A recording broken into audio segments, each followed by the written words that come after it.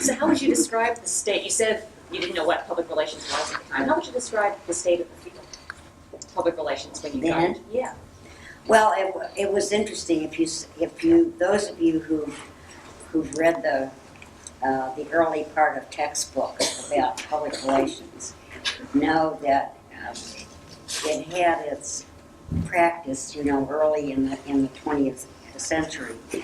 But the real impetus for the contemporary field did happen after World War II. And when you stop and think about it, it makes a lot of sense, because during World War II, there was everything was rationed. Butter was rationed, liquor was rationed, gas was rationed, so that people had lived for 4 years or however long it lasted in this country, our involvement with World War II.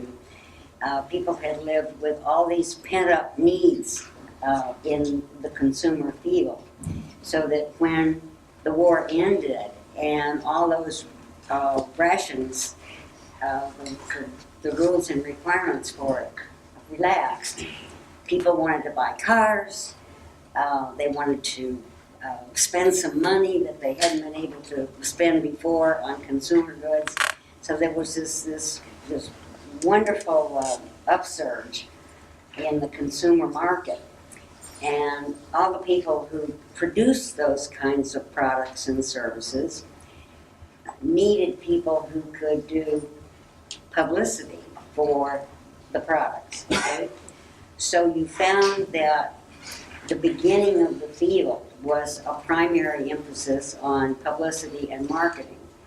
Now you take that some 50 plus years later today, and publicity and marketing still have a role in public relations, indeed, and a significant role. But you can see that public relations has grown to be much more than simply publicity and marketing. But that's the way it started, and they couldn't find people that had any background in publicity or public relations. They were like me. I'd come out of radio, so I knew something about writing, but I had to learn about what was public relations at the time as it was defined. Most of the people at the time, however, were rated from newspapers, because those were the people who wrote, and so they could come in and sell out, as their newspaper colleagues used to say when they would join a public relations or publicity firm, and they would come into the field. And all of us had to learn by the seat of our pants and trousers at the time what you all who are studying public relations today are learning in 2 and 3 years. I spent 50 years learning a lot of what you're learning today in classrooms.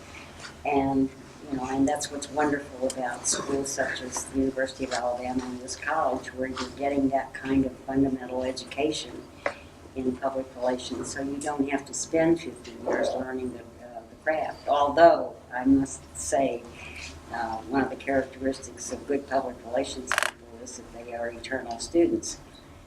Otherwise, they're not good public relations people. Because the profession is changing radically and has changed a great deal, so that now it's concerned with far more than, as I said, publicity. It's concerned primarily with relationships with the constituencies that an organization may have, be that employees, seeking their loyalty and trust, customers, yes, share owners who need to have the trust to invest their hard-earned money into a company, and certainly the community at large. And we're finding out more and more today that the right to do business and to make a profit and to be trusted in the community depends on your reputation within the community.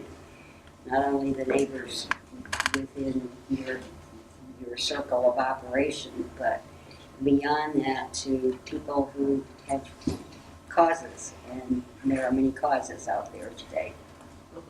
So it's changed. The original question you asked me was, what was it like some 50 plus years ago?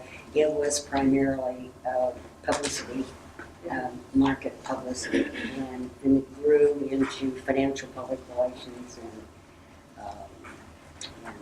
social concerns.